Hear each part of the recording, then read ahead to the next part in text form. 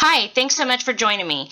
Let's get started on coloring. So I've stamped my image with a no-line coloring technique, and I've colored the majority of it. I'm just going to show you a couple petals here because it would be so boring for you to have to watch me for 30 minutes. So first thing I want to do is talk about depth of color.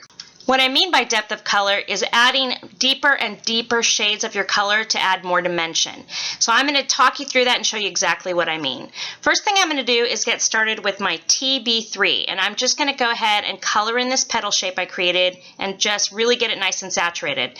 Now, don't worry about writing down the color names because I'm going to have that listed below. Okay, so just get that nice and filled in, and then we're going to pick up TB4 and we're going to add that in just kind of in a flicking motion. Now this is my medium shade, okay, and I'm just going to layer it in once. I'm going to go over it a second time just so I make sure that color's in there just the way I want it.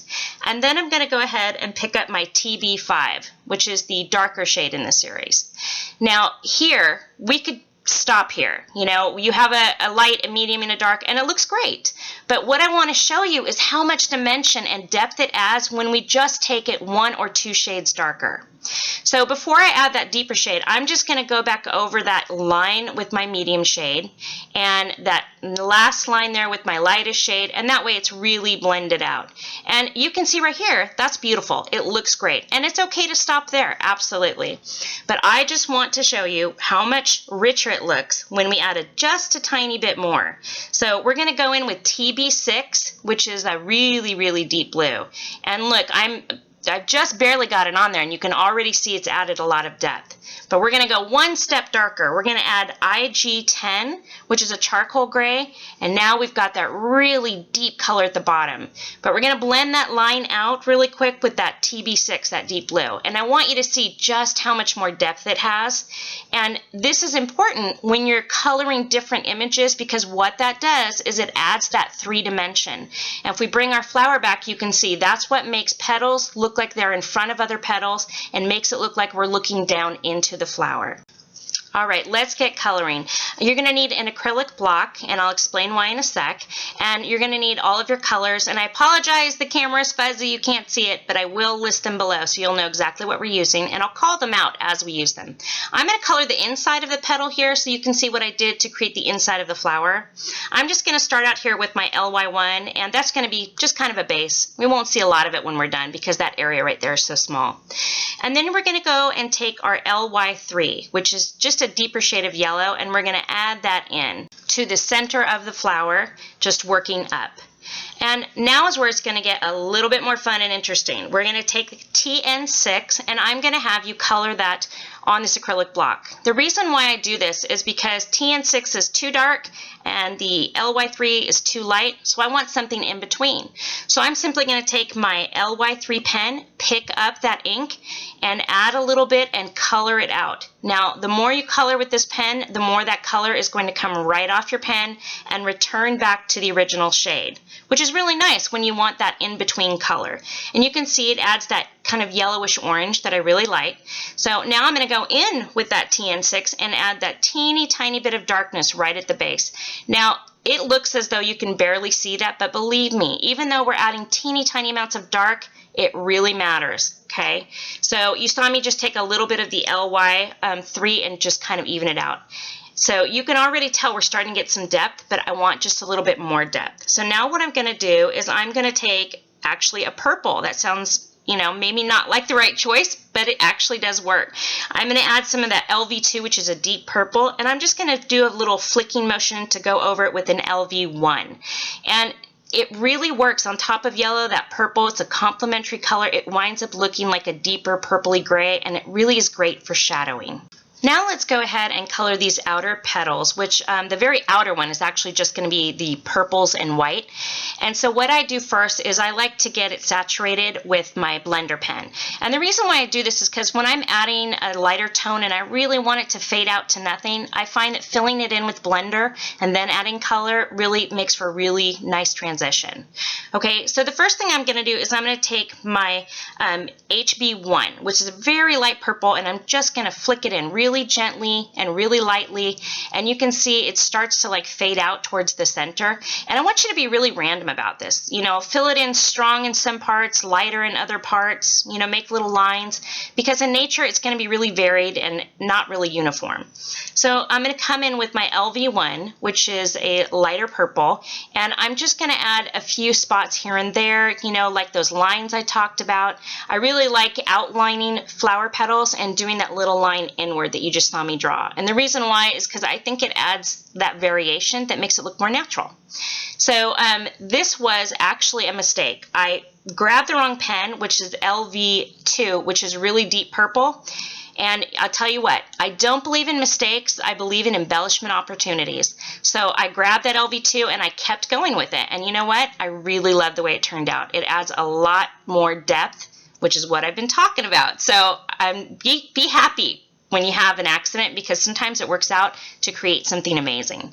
So I'm just going over that deep purple with my LV1, and you can see it's got a lot of depth and it's got a lot of shape, and it just is really pretty the way it fades into that white.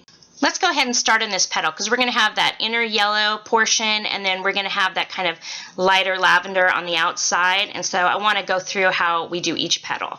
So first, what we're going to do is we're going to get started with our blender pen, which is, you know, like I explained before, we lay that down and then we add that lavender, and it just helps smooth it out and really makes it fade. It's really pretty. So, you know, don't be afraid to experiment in this part. You know, feel free to, you don't have to color it exactly like I did mine. You could do it all in lavenders. You could change up the colors. You could make it all red, you know, with a pink center.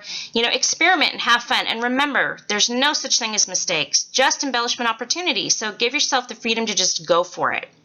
So here again, speaking of mistakes, my mistake was adding that deep purple that I love so much now. I'm going to have to try that like on other flowers because I love the way it turned out. It adds that little bit of punch and pop that I like. So I did the edge of the flowers in the lavender, and you can see now it's time to do our inside. So again, I'm going to do that same technique.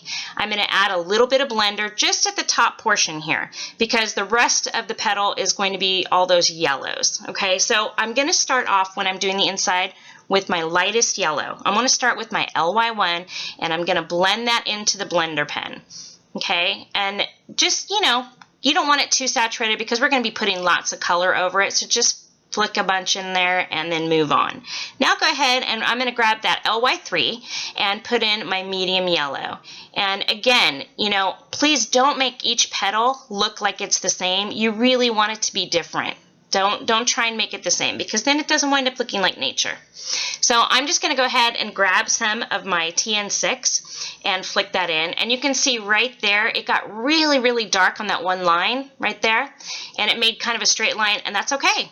You know, I can grab more and I can just add to it. And it blends out beautifully, and you won't even see it. It'll look like you meant to do it. So I'm just going to work that in there, and as I color, the more you color with this, the more that color is going to come off your pen. So I'm just going to blend out that line and add more of my LY3. Now I'm going to go back with my LY1 and add a little bit more just to blend it out so it's a little bit softer.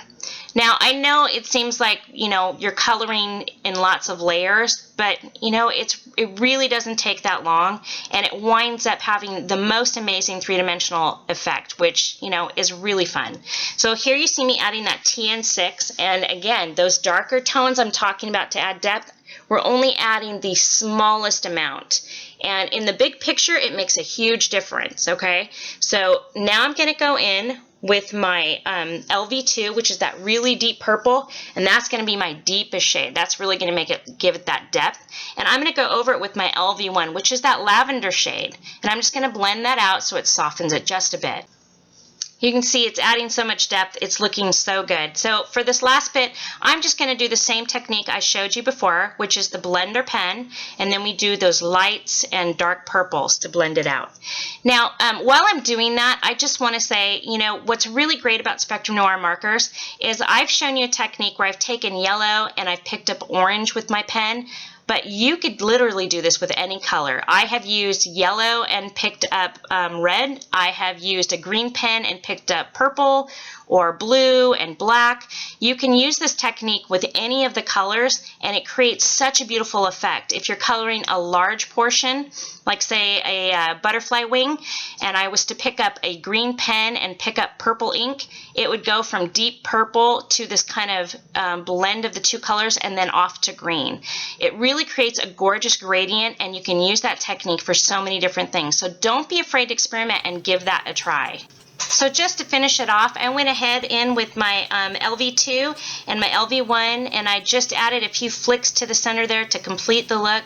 And there you have it, a dimensional flower, which is really beautiful. So don't forget to add just 1 or 2 shades deeper, darker, to add more dimension to your projects. I hope you enjoyed this video, and thank you so much for joining me. Make sure to check back on my blog for more fun tips and ideas.